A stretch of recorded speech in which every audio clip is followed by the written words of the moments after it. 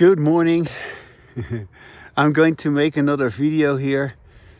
I'm out here on the south rim of Upper Bidwell Canyon, and I'm going to take you with me on a walk over the south rim. Here I show you the path that I'm going, and you can see across the canyon. I'm just gonna do what I always do. I talk with myself, and by talking with myself, I let you listen to someone who has embodied language. And yes, you can see where I am. Yeah, you can see how beautiful it is here in the canyon, Bidwell Canyon. And you can also see in my face, in my expression, in my language, and you can hear in my sound where I'm coming from. That I am addressing all this beauty that we can all in principle enjoy. Yeah, we can all in principle enjoy the beauty of being alive as a human being and enjoy who we are, enjoy where we are. But this can only happen, this will only happen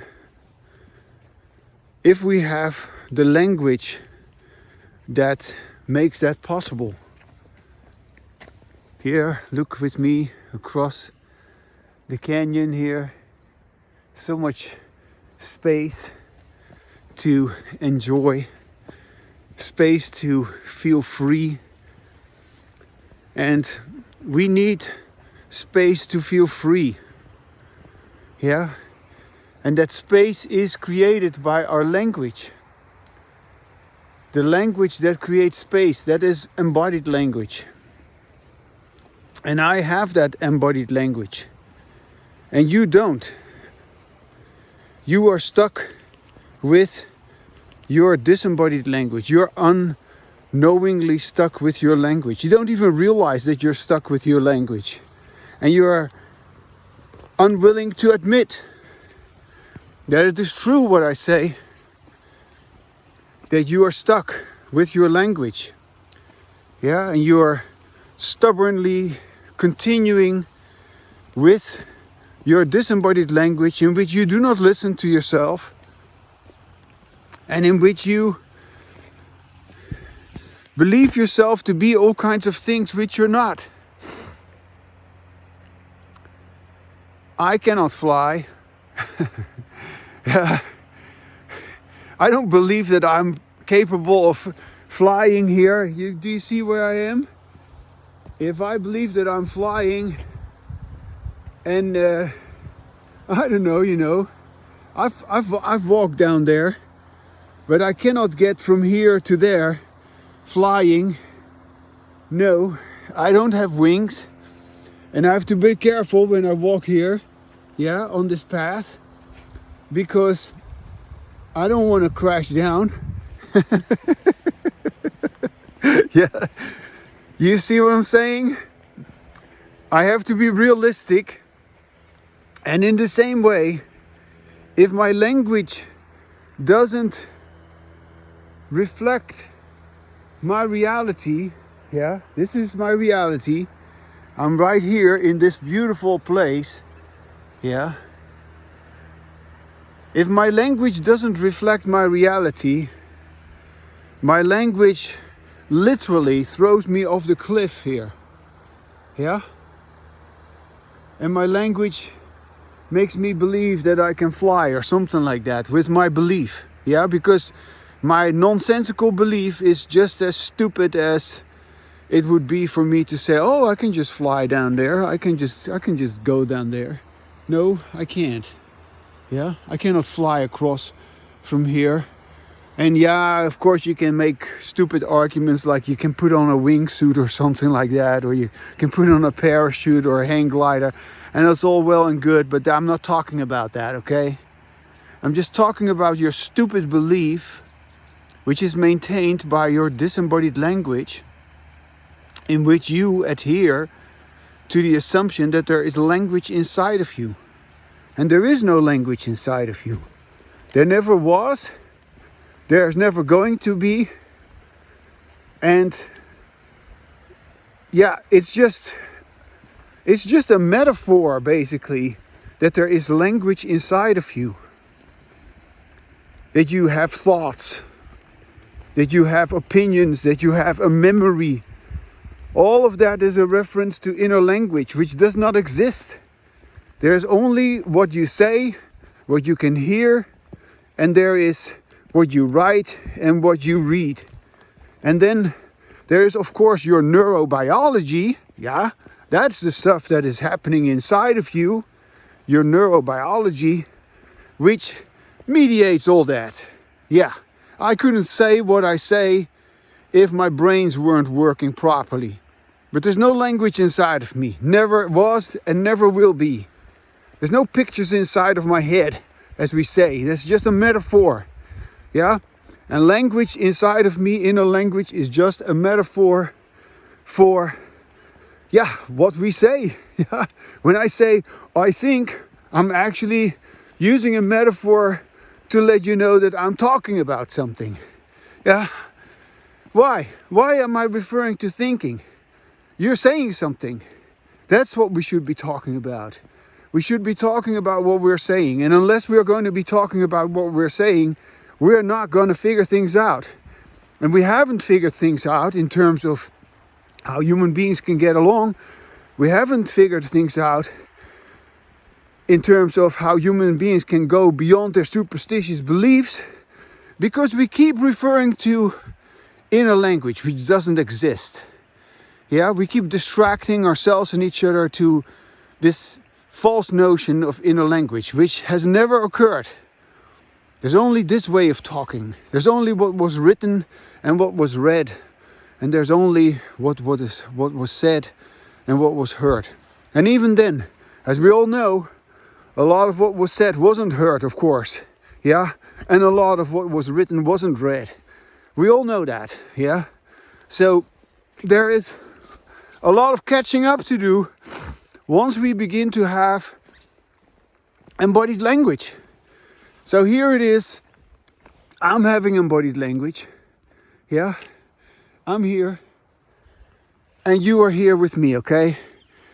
Come and have some embodied language with me. I'll show you. I'll let you hear it. I'll let you feel it. This is it. Yeah, we're having it right now. I'm having it right now. Yeah. And I'm walking here on this path, on this south rim of Upper Bidwell, and you are coming with me. Actually, every video that I've made is just an opportunity for you to come with me and to acknowledge that, yes, embodied language exists. It exists in the same way as this rock here exists, this mud puddle exists, that rock exists. Do you see what I'm saying? Yeah? And I'm not stepping here, I'm not stepping in there. No. And no, I'm not bumping myself on these rocks. Yeah, I'm not falling down here. I am keeping myself going. I tread carefully, even though where it's slippery. Yeah, look at this beautiful, this reddish stuff here on this rock. I love it. Yeah, that's a big freaking rock here that I'm standing in front of. That is a huge rock. Let's just hope it doesn't all of a sudden start rolling down the hill, because if that were to happen, I would roll down with it. No, we're not gonna do that. I'm just gonna go down here, yeah? And you're gonna come with me and hear more of my embodied language, which in the same way as I adapt to this environment, yeah? I adapt to these rocks. I adapt every step that I'm taking. Yeah, every step that I take is an adaptation to this environment because I don't want to fall, I don't want to slip. Yeah, I don't want to get my feet soaked in that puddle there. No, I just want to hop over that puddle. You see what I'm saying? I'm going down this path. Yeah, going down this path. Whoops. I want to keep myself up straight. And so in the same way as my feet, which make me walk over this path, adjust to this terrain, so does my language fit with my experience. So does the sound of my voice expresses what I'm feeling at any given moment. Yeah? Here, look at this. How beautiful. Do you see these very nice little ferns? These are all very nice little ferns. And that's beautiful. And that changes the sound of my voice. Yeah? And there's a lot of that growing out here. And yeah, and there's snakes here. Yeah, there's snakes here, and there's foxes here, coyotes, and wild turkeys sometimes. And you can see big rocks. Yeah, and all of that, all of that is having an effect on my language, because whenever I describe where I'm now, here, going down, going up, yeah, my language adjusts. And the sound adjusts, my feeling adjusts. Yeah, I have to be careful. So, have to be careful meaning cautious. Yeah, have to be. Yeah, you could say treading also in such a way that I enjoy myself. Yeah, that I like. Here, look at this. Isn't that pretty? This beautiful rock here. I mean, you don't want to miss this rock. That is such a beautiful rock. I love rocks. I love rocky terrain. And it just goes up and down here. You can see it. And I am going up and down with it. Yeah? And so does my language. Look how pretty. Every little detail. All this wonderful moss that is growing. You know, we had our front yard landscaped a while ago. I feel very happy about that. And I'll show you sometimes on another video. But we had our front yard landscapes, and we had a couple of huge rocks also put into our front yard. And these rocks also have moss on them. And it's just such a nice look to have this moss growing on these rocks. And when it comes to be summer, it will be bloody hot again. We all know that. And then that moss will just dry up and disappear. But then in the winter, when it rains, as it has done quite a bit this winter, yeah, we see that green moss appearing on these rocks. I just love that. I don't know, this is just something that I enjoy. And here, these bushes growing in between these fallen trees. I love to walk here. And this is kind of like an easy path to walk on. So, yeah. So this is my embodied language. Yeah, I'm listening to myself. I'm just here by myself. There's nobody else. Yeah. Do you hear this bird? I listen to the same sound as this bird is hearing.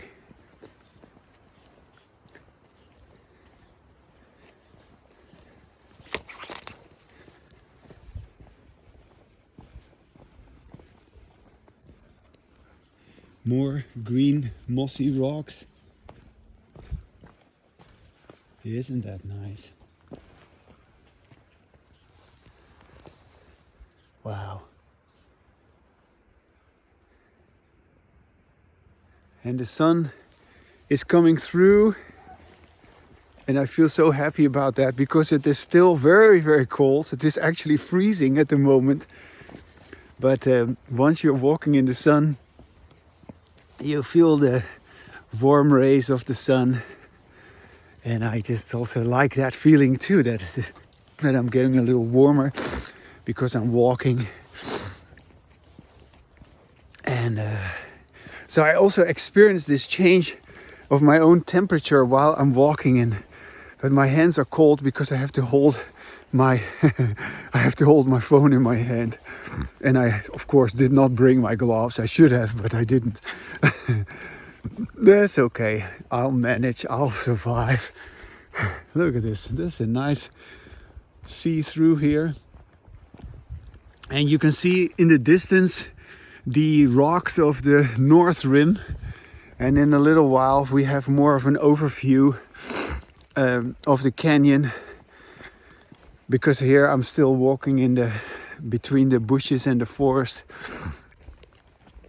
But in a little while there will be more to be seen. I just love it here. What am I?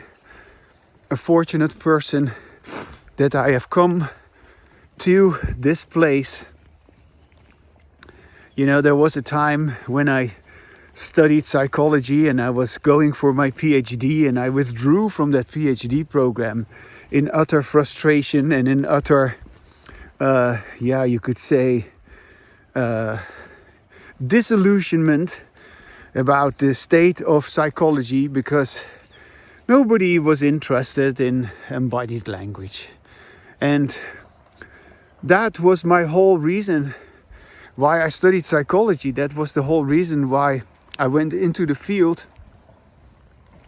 And so I'm glad that I withdrew from that study, because after I withdrew, I came to Chico, back where I started out that's where I went to college, and that's where I went to, did my undergraduate at California State University. And then when I came back again to Chico, we more or less felt like, we had landed here a second time, and this time we were going to stay. Somehow it felt that way, that we were returning to a place where things had been good to us, and we wanted to be there again. And our return to Chico led me to become a psychology instructor. It's just a piece of my history. And so I taught psychology for 9.5 years at Butte College as a part-time psychology instructor, which was really nice, a really good experience with all my students who enjoyed also, and who were interested in embodied language. And many students, they recall, when I still see them sometimes in the store where I work, I see him sometimes coming by and say, "Oh, you are my psychology instructor." Yes, I was. In any case, I feel so happy that I have had those years of teaching, and also recognizing during all these years of teaching that, I was the one, of course, who was doing the teaching, but at the same time, I began to come to grips with the fact that, embodied language cannot be taught. If there is such a thing as someone having embodied language, it is going to be because this person taught him or herself. Oh, look how nice. You can see through the trees here, the creek. Wonderful. So, if you are going to have your embodied language, it is because you are going to, just like I do, talk with yourself. You're going to talk with yourself, and you're going to hear yourself, and you're going to enjoy being by yourself, and you're going to enjoy, I know I use that word a lot, but forgive me for repeating myself. You are going to embellish your embodied language because it is so pleasurable, it is so pleasant. it is so fitting to say what you want to say, to hear what you want to hear, and to add meaning to your life with your language. And you can only do it. You need to do it in order to be able to know what it is. And so, yeah, okay, so while I was teaching, of course, I was still assuming that people could learn it from me, which was wrong, or which was inevitably something that I had to also discover and acknowledge. So I gave up teaching at some point, and now here I am. I am totally not anymore involved in teaching or in education or in academia. But that being said, as I have said before, if there would have been the right kind of, you could say, response to what this is, many more people would have begun to talk out loud with themselves. Many more people would have gotten serious about this, and who knows what other people might have done with it, which would be different from what I have done, because I'm only just one person having embodied language. I mean, from what I understand, and I have read a lot of books and studied a lot of people, I don't hear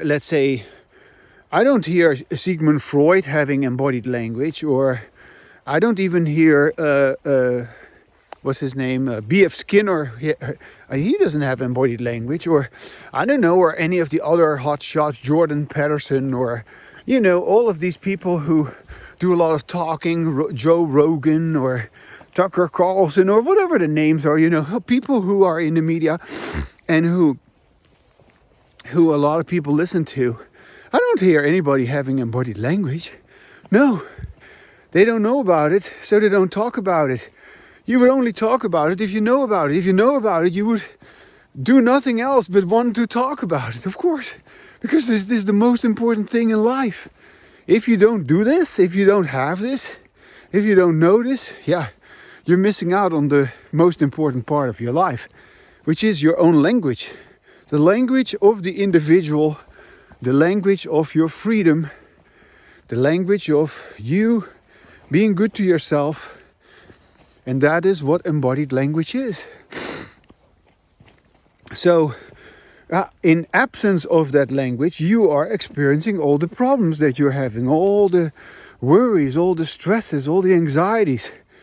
Look, I'm not saying that you will be miraculously without any of that.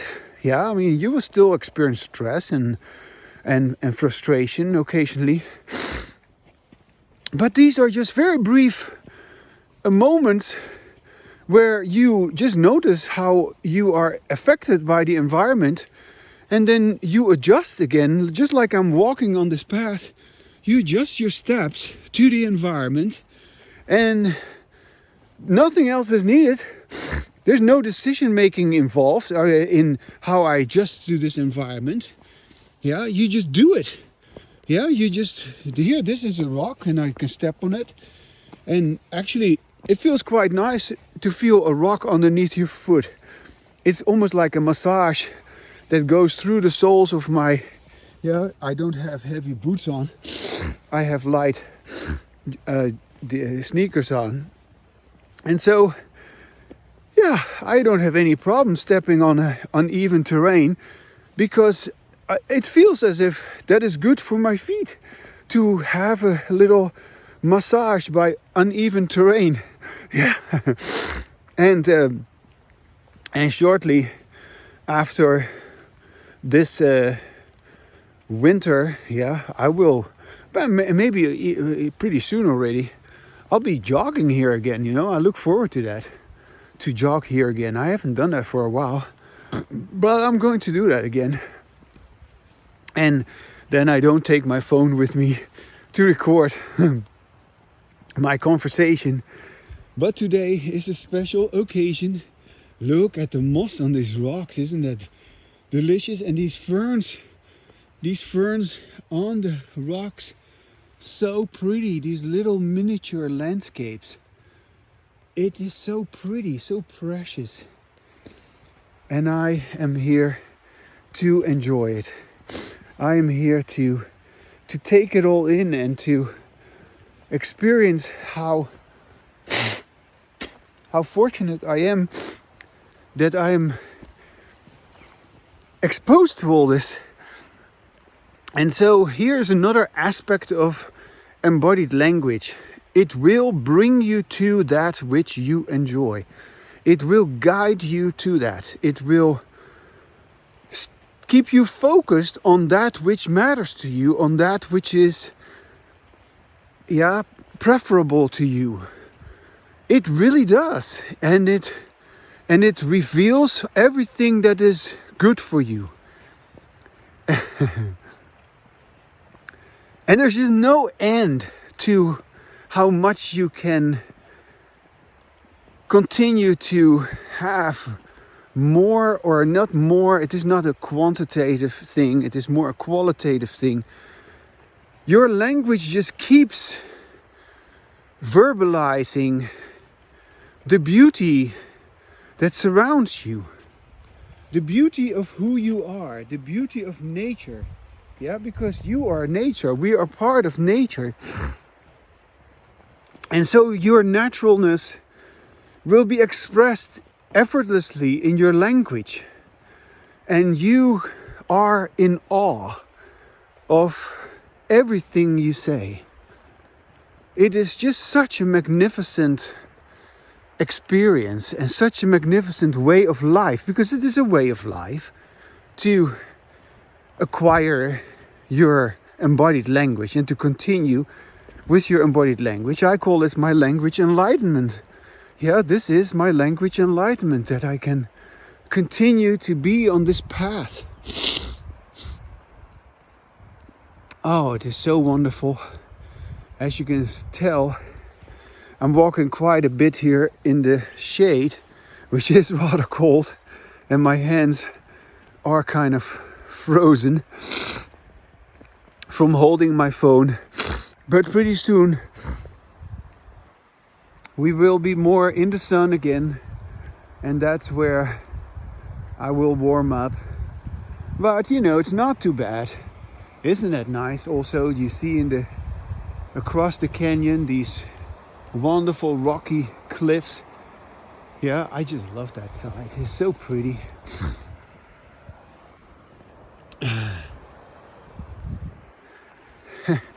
And interestingly, I haven't met anybody yet. Isn't that something? Yeah. And if I met anybody, then I forgot to say hello, or I forgot that I met him, because it feels like I'm just walking here by myself. Oh man, this is so gorgeous. And as you can tell, down there is the creek in which I love to swim when it is summertime. Yeah. And there's all these little pools, all these little swimming holes, they call them. Oh, look at that view. I just love it. And so this is another aspect again about embodied language. I want everybody to fully experience that in embodied language you love everything you say. And yes, you love yourself, and it is okay. It is beautiful that you do that, and that you can do that, that you finally have come to that you finally care about yourself, that you finally have that language which fits with you. Yeah, and that you are determined to not let it go, in the sense that you can of course be overtaken again by your old conditioning, in which you do not listen to yourself, and in which you might actually you might fall off the cliff You might go down the drain. Yeah, you might be blind to all this beauty. The beauty of who you are. Yeah. Okay. Well, then there is your embodied language that you can always return to, because you can always take some time for yourself in spite of what everybody else does, because everybody else is not listening to themselves. But you now have understood, you now have said it to yourself. You have actually created a little bit of behavioral history, which is going to predict your future. You can, in spite of the fact that you may be overtaken again by your conditioning with disembodied language, you can still go back easily, without any effort, without any problem. You just begin to talk and you just say like, what's going on? Oh, I wasn't listening to myself. Oh yeah, I can still do. Yeah, of course you can still do it. You can still get back on track right away, effortlessly, without any explanation, without having to go through exercise or whatever. No, you just listen to yourself. You just talk with yourself. You just hear yourself and you say, oh, so nice to be back again with who I am. Yeah. Yeah. And yeah, perhaps you have to do this many times to establish your own embodied language, which continues. You have to do it as often as you need to. Yeah, nobody can do it for somebody else. So I'm doing it. I'm doing it as often as I need to, as often as I want to, as often as I have time to. This is my life. And look at me. Listen to me. Have you ever heard anybody talk like this? I bet you haven't. I don't believe you have. Because where are these people? I haven't talked with them. They haven't had embodied language. Whatever they have had was perhaps the assumption of embodied language, the belief that they had found something important or whatever it was, but it wasn't embodied language. No. You can only have embodied language if you are as carefree as I am at this moment here with my embodied language. And so yes, when I say carefree, I mean there is no fear. It's funny that I should say this, because I remember going through this field here. That was a couple of years ago. I was here before. And every time I come here, or I haven't been here very often. I've been here only maybe 3 or 4 times before. But every time that I am here in this area, I'm always a little cautious, because I was crossing the field and it was in the springtime and it was overgrown with new weeds and grasses and stuff. Everything was fresh and green, flowers and everything. And lo and behold, there was all of a sudden a big fat rattler snake. And yeah, I gotta keep my eyes open and not step on it, because no, I was wearing shorts and so I was feeling exposed and had to be very careful not to get bitten by a snake. Because that could actually be the end of me, I guess. I don't know, when you're up here and there's nobody else around. But in any case, carefree means that you have faith, that you have trust, that you are capable of living, you are capable of surviving, and you don't fear any threat, in the sense that, it is natural, it is good to fear a snake, okay? There's nothing wrong with fearing a snake. That's a That's a real thing. And so that fear of a snake is a good thing. It prevents you from dying or from being bitten. And but you know, if there is fear of snakes, I don't know, paranoia that I don't dare to go here because, oh, I'm so afraid of snakes. Look, then there is something else going on. And I don't have that. I mean, yeah, there might be a snake here, but you know, I'll see it when I see it, and then I'll get out of the way. And one time I walked in some other place, also in Upper Bidwell, and there was all of a sudden a skunk on the path. Do you know what a skunk is?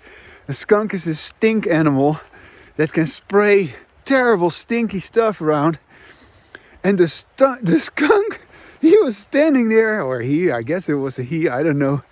He was defiantly standing there in the middle of the path, and he was sort of just taking a few steps towards me, and I just go, holy shit, it's coming towards me. No, I don't want to get sprayed on by this little motherfucker. No, I got out of the way as quickly as I could. I said, no, you go first, dude. Yeah, that was my meeting with the skunk. Actually, when I stepped back, he just crossed the path and went into the bushes, so I could still. Oh, look at this! This tree is just cracking down. The tree has had its time, and as I was saying, you know, I'm out of the bushes here, out of the forest again. I'm into the sun. It's kind of pleasant to stand here for a little bit in the sun and feel the warmth of the sun. So yeah, as you care about yourself, you take good care about yourself, and you know how to do that, and nothing bothers you. Nothing keeps you busy. I'm not obsessing about snakes or anything like that. I am just cautious. I'm just careful. Just like I'm careful about not falling off the rocks. Yeah, I mean, that's what you gotta be if you want to be walking here safely. And I feel so happy also that I can do that, that I have gotten so used to that. This is such a wonderful place. Oh my gosh, it is just heaven here for me. This is where I've always wanted to be. And that is another sentence which you can only say when you have embodied language. And it does not matter where you are. It does not matter where. I mean, of course, it would be pleasant for people to be outside in nature. You know, everybody would enjoy a walk on the beach or being on a lake or in a forest or in the mountains. But regardless of where you are, yeah, you will be happy to be where you are and to be who you are. Oh my goodness, look at these cliffs there across the canyon. Isn't that something? That is so beautiful. Oh man. Yeah.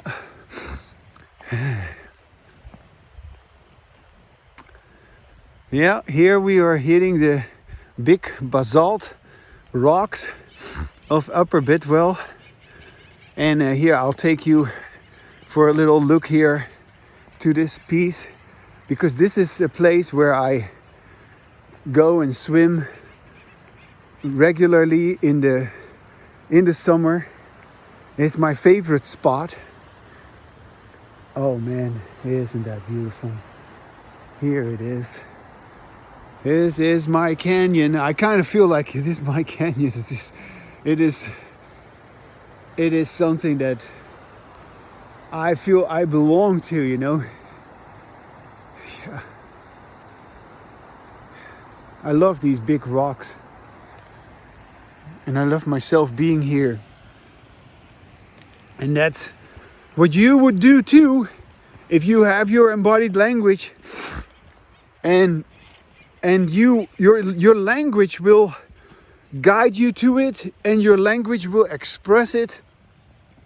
Your language will be adjusted to it, resonating with it. Your language will make it even more available, make it even more beautiful than it already is. Yeah.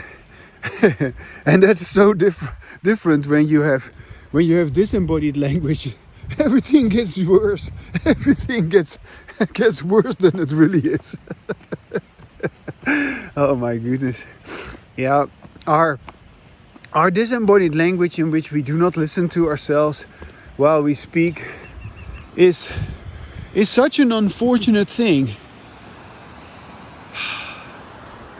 It really is such an unfortunate thing that we are all unconsciously, mechanically engaging in disembodied language. The language which prevents us from being ourselves. The language which creates a separation between the speaker and the listener. Yeah? In this case, I am my own listener, and the speaker is the listener. Can you get that? Yeah.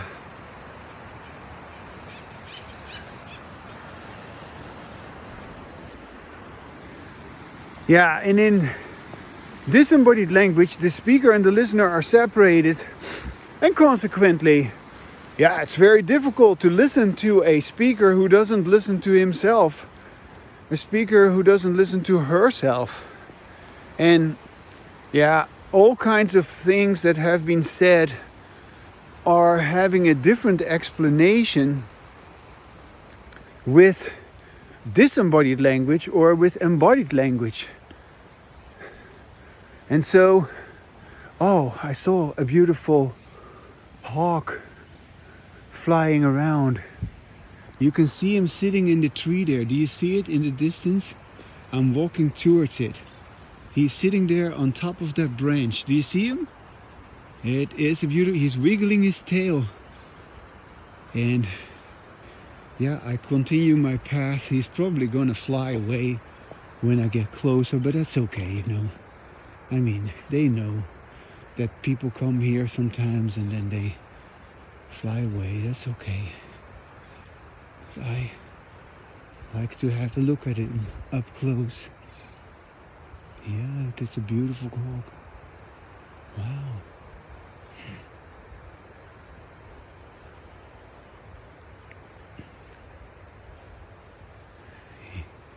He stays seated there.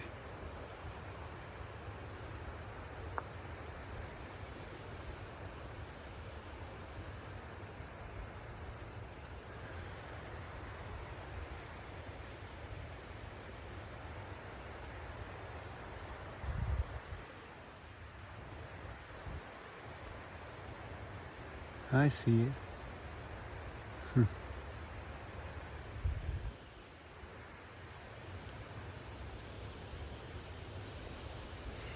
He's okay. He knows I'm not going to do anything to him.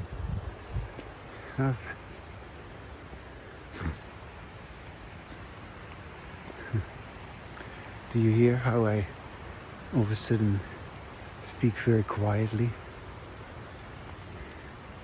Because I saw this hawk. Let's see if we can still spot him.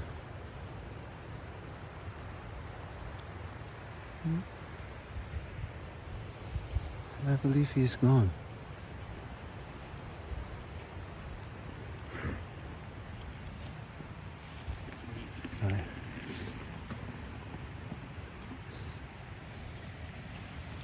Oh, it may actually be that the hawk flew away because there was a mountain biker all of a sudden coming by. Here, you see that guy going on this path on a mountain bike. Yeah, that ain't my thing. But I'm so happy to just be here by myself and to just walk here and to be able to see all this and to enjoy this path with my embodied language. And to also understand that there's different people, different ways of being here. And To me, that is, yeah, I find that not such a good idea to ride a bicycle here, but you know,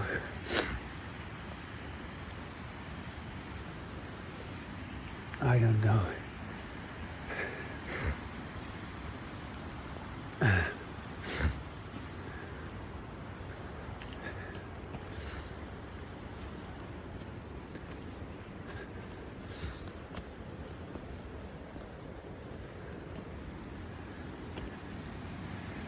Yeah, I'll give you another look.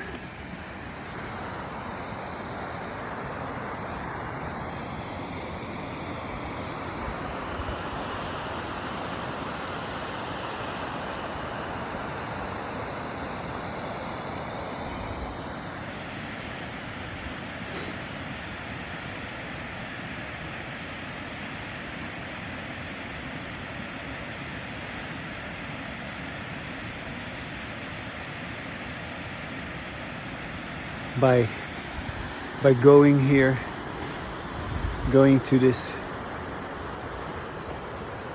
beautiful spot.